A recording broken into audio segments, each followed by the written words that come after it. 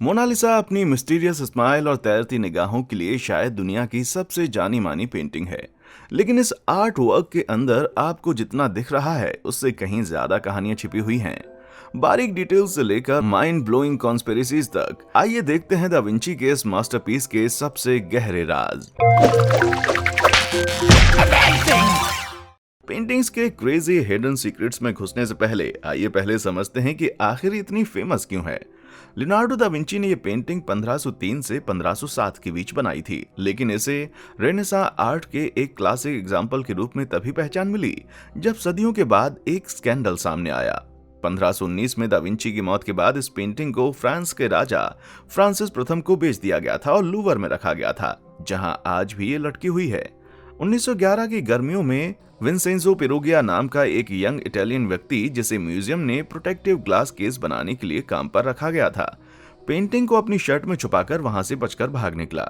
अधिकारियों को पेंटिंग गायब हो जाने के 26 घंटे बाद इसकी खबर हुई। उस आदमी का प्लान था कि पेंटिंग इटली की है, इसलिए वहां वापस जाना चाहिए।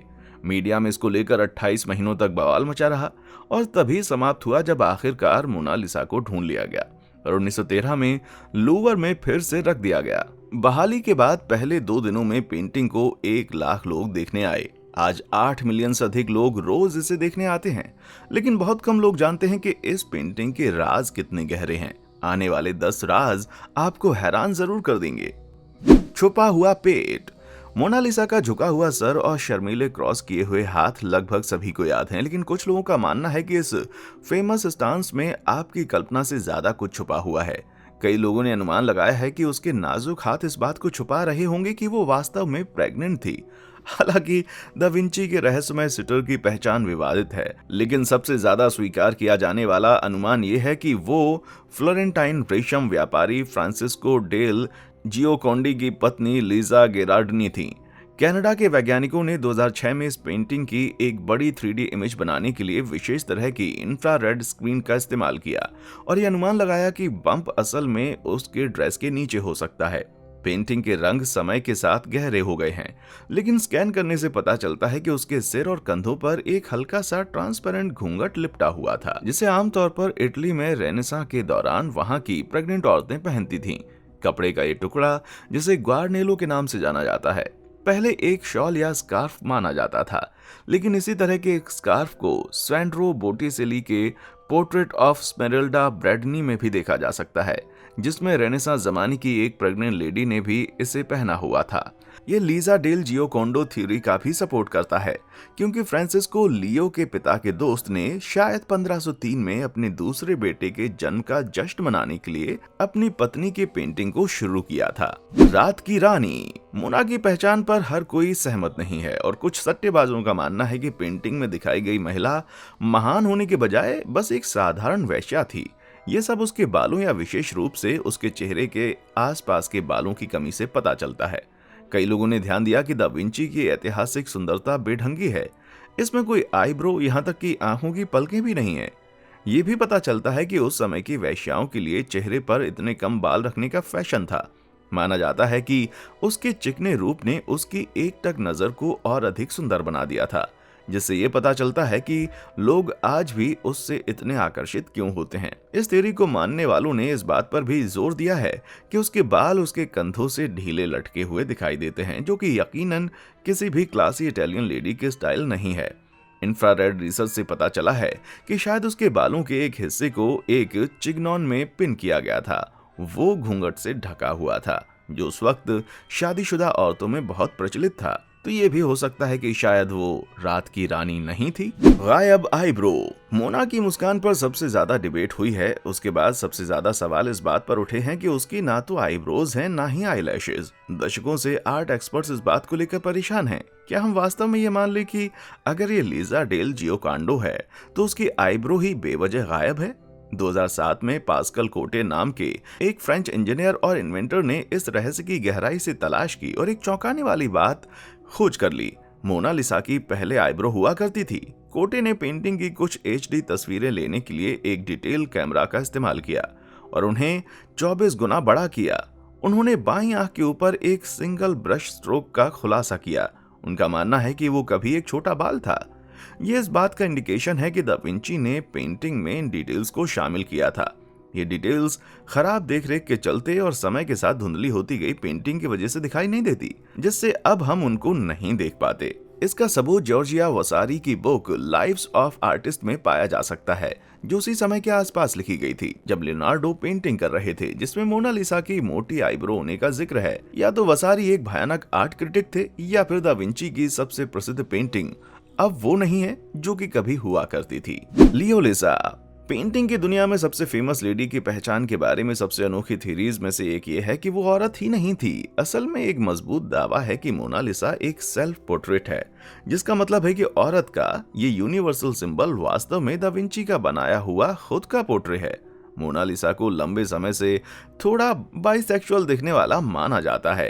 एक मजबूत नाक और उभरे हुए माथे को देखकर हम यही उम्मीद कर सकते हैं। कुछ इतिहासकारों का मानना है कि लियोनार्डो होमोसेक्सुअल हो सकते हैं। रहस्यों से उनके प्यार ने खुद को एक महिला के रूप में पेंट करने के लिए उकसाया। इतिहासकार लिलियन शॉर्ट्स ने डिजिटल एनालिसिस से इस तस्वीर की तुलना 60 साल के दा विंची द्वारा portrait of a man in red chalk नाम के एक आदमी के पोर्ट्रेट से की, तो उसके दोनों के बीच चौंकाने वाली समानताएं पाई गईं। इटली की national committee for cultural heritage की एक टीम ने मनोविज्ञानी जॉर्जियो ग्रुपियोनी की लीडरशिप में एक जांच शुरू करने की उम्मीद कर रही है। ये टीम CSI शैली 3D रेंडरिंग सॉफ्टवेयर की सहायता से लियो का चेहरा फिर से बनाने से पहले उसकी खोपड़ी खोदने की योजना बना रही है। रिपोर्ट्स की मानी तो दा विंची के अवशेषों को 1863 में फ्रांस के एम्बॉइज में सेंट ह्यूबर्ट चर्च में ले जाया गया, लेकिन रेनेसां मास्टर के अवशेषों का यहाँ होना केवल एक अनुमान ही है। हालांकि फ्रांसीसी अधिकारियों ने अभी तक दा विंची के अवशेषों को खोदने की अनुमति नहीं दी है, जिसका मतलब है कि स्पेशल थ्योरी तब तक प्रूव नहीं की जा सकती जब तक कि जरूरी DNA जांच के लिए अधिकार नहीं मिल जाते। आर्ट एक्सपर्ट सिल्वानो विसेंटी की थ्योरी की माने तो ये पता चलता है कि पेंटिंग में मौजूद व्यक्ति लीसा डेल जियोकोंडो और लियो के यंग स्टूडेंट और शायद उनके गे प्रेमी जियान जियोकोमो कैप्रियोटी का मिक्स हो सकता है। कैप्रियोटी दा विंची के कुछ दूसरे पोर्ट्रेट्स के लिए भी मॉडल बना था, जिसमें एक सेंट जॉन द बैप्टिस्ट की पेंटिंग है जो मोनालिसा से थोड़ी मिलती जुलती है। कुछ लोगों का मानना है कि मोनालिसा की रहस्य स्माइल कैप्रियोटी से इंस्पायर्ड है। खराब सेहत लियो के मास्टरपीस में जो कलाकार है वो चाहे जो हो, औरत या मर्द, शायद इतिहास में सबसे अधिक जांचे परखे जाने वाले चेहरों में से एक है। 2010 में डॉक्टर वीटो फ्रैंको नामक सिसिली के एक प्रोफेसर ने उन रहस्यमय चेहरे को बयां करने के रोमांटिक अंदाज से उल्टा कर ये थ्योरी सबके सामने रखी कि मोना को हाई कोलेस्ट्रॉल था। मेडिकल एक्सपर्ट और renaissance art examiner doctor Franco के हिसाब से मोनालिसा को ज़ैंथेलाज्मा के सिम्टम्स हैं, जो कि स्किन के नीचे जमा हुआ कोलेस्ट्रॉल होता है। उन्होंने ये भी नोट किया कि उसकी सीधी आंख के आसपास और उसके हाथ पर लिपोमा या सॉफ्ट फैटी टिश्यू का ट्यूमर भी हो सकता है, और ये फैटी एसिड बिल्डअप मुंह और चेहरे के आसपास अजीब सूजन पैदा कर सकता है, जो मोनालिसा के इस अजीब से एक्सप्रेशन की वजह हो सकती है। साइंस हिस्टोरियन लुइसा डोल्जा बताती हैं कि दा विंची और माइकल एंजेलो जैसे रेनेसां पैटर्न्स ने शरीर की बनावट और उनकी बीमारियों को स्टडी किया था, और सच्चाई को पेंट करने में उन्हें कोई हिचक नहीं थी। इसलिए हो सकता है कि मोना छुपकर पाई केक के मजे लेती हूँ। गोल्डन रेशियो रहस्यों के अलावा इस पेंटिंग के बारे में ऐसा क्या है जो इसे हजारों अन्य क्लासिक पेंटिंग से अलग करता है? कुछ लोग बताते हैं कि हम इस आर्ट वर्क से इतने आकर्षित क्यों हैं। इसे गोल्डन रेशियो नाम की मैथमेटिकल कॉम्प्लेक्सिटी का इस्तेमाल करके समझाया जा सकता है। ये एक नंबर आपको तब मिलता है जब आप किसी लाइन को दो हिस्सों में डिवाइड करते हैं। लंबे हिस्से को छोटे हिस्से से डिवाइड करने पर टोटल लंबाई को लंबे हिस्से से डिवाइड करने पर वो बराबर होता है। ये आपके ऊपर से तो नहीं निकल गया ना? ये विचार गीजा के पिरामिड सहित प्राचीन कला और इंजीनियरिंग के कई नमूनों के पीछे गाइडिंग प्रिंसिपल रहा है। जी हाँ, आपने सही समझा। मोनालिसा में भी दा विंची इस आइडिया के एक जाने माने प्रशंसक थे। उन्होंने लेखक लुका पजियोली द्वारा 1509 में लिखी एक किताब द डिवाइन प्रोपोर्शन को इलस्ट्रेट भी किया।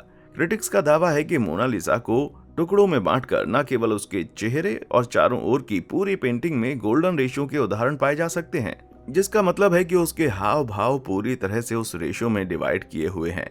ड्यूक यूनिवर्सिटी के अनुसार अगर कोई इमेज गोल्डन रेशो के हिसाब से बनी हुई है तो किसी दूसरी इमेज के मुकाबले इंसान की आंख उसे बहुत जल्दी समझ लेती है। ये उसे प्रोपोर्शनल हिस्सों में बांटकर हॉरिजॉन्टली स्कैन कर लेती है। ड्यूटी और इम्बैलेंस का ये कॉन्सेप्ट मैथमेटिकल तरीके से समझा जा सकता है। इतने सारे लोग पेंटिंग से अट्रैक्ट क्यों होते हैं?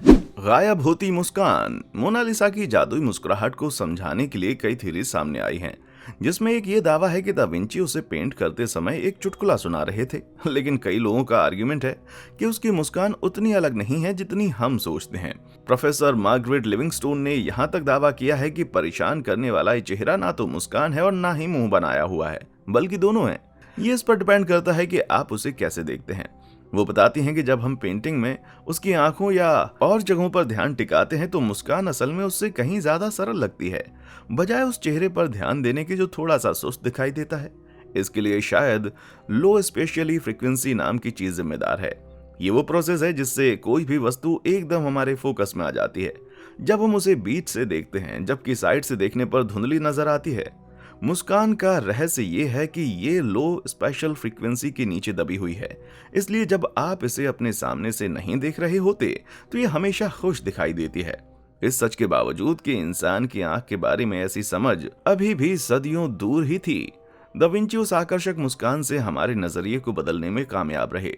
2005 में डच रिसर्चर ने एक इमोशन रिकॉग्निशन सॉफ्टवेयर बनाया और इसके जरिए पता लगाया कि पेंटिंग का एक्सप्रेशन 83% खुश पाया गया।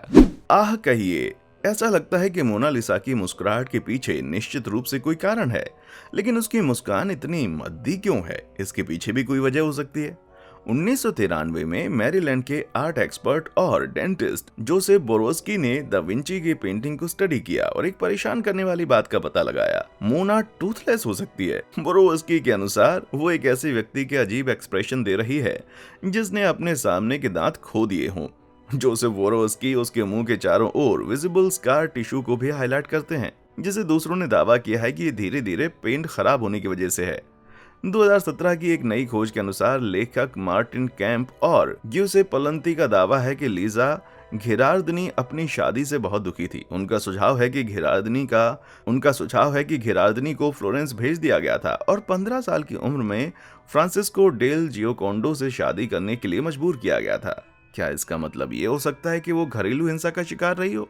डॉक्टर फिलिपो सोरानो ने 1999 में टूथलेस थ्योरी का थोड़ा कम एक्सट्रीम वर्जन प्रपोज किया। उन्होंने मोनालिसा का डायग्नोसिस किया और पाया कि उसे ब्रुक्सिज्म नाम की बीमारी थी। इससे उसे दांत पीसने की एक अजीब सी आदत हो गई होगी जो उसके आसपास मुंह पर सूजन का कारण बन सकती है। Da Vinci code. इटली की national committee for cultural heritage के सदस्यों ने 2010 में मोनालिसा का एक डिटेल्ड एनालिसिस पूरा किया, जिसने एक real life da Vinci code से पर्दा उठाया। समस्या यह है कि वो अभी भी इसका मतलब नहीं जानते। सिल्वानो विंसेंटी ने खुलासा किया है कि पेंटिंग के अंदर कुछ सिंबल्स गहराई से छिपे हुए हैं जो केवल हाईटेक मैग्नीफाइंग ग्लास से देखने पर ही दिखाई देते हैं, जैसे कि दाईं आंख में उसके इनिशियल लेटर्स LV हैं और बाईं आंख में CE या B जैसा कुछ दिख रहा है, और बैकग्राउंड विस्ता के दोनों ब्रिजेस के हर आर्च पर या तो नंबर 72 या L के साथ 2 लिखा हुआ है। ये मानते हुए एक LV लियोनार्डो विंची के सिग्नेचर हैं।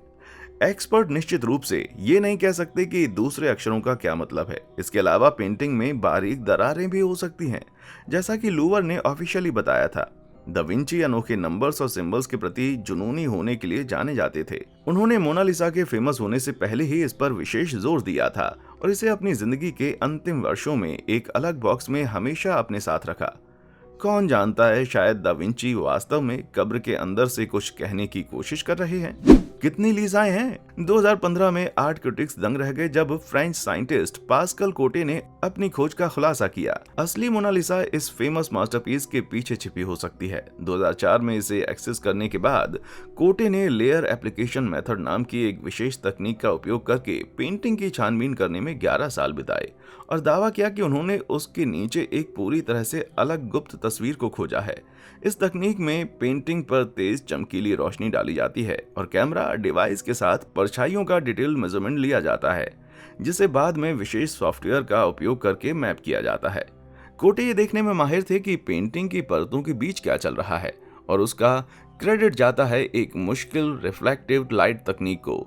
उन्होंने डिजिटली एक अलग मोनालिसा को फिर से बनाया, जिसे वो ओरिजिनल होने का दावा करते हैं। हालांकि हर कोई ये मानने को तैयार नहीं है। कई आर्ट हिस्टोरियंस जैसे विल गोम्पार्ड्स ने कहा है कि कोटी की खोज इंप्रेसिव है, लेकिन वो पूरी तरह से नई लिसा को बेनकाब करने के बजाय दा विंची के आर्ट प्रोसेस को परखना चाहते हैं। आपको क्या लगता है, मोनालिसा असल में किस पर बेस्ड है और आप इन सभी थ्योरीज का क्या मतलब निकालते हैं? मुझे नीचे कमेंट सेक्शन में आकर जरूर बताएं। देखने के लिए शुक्रिया।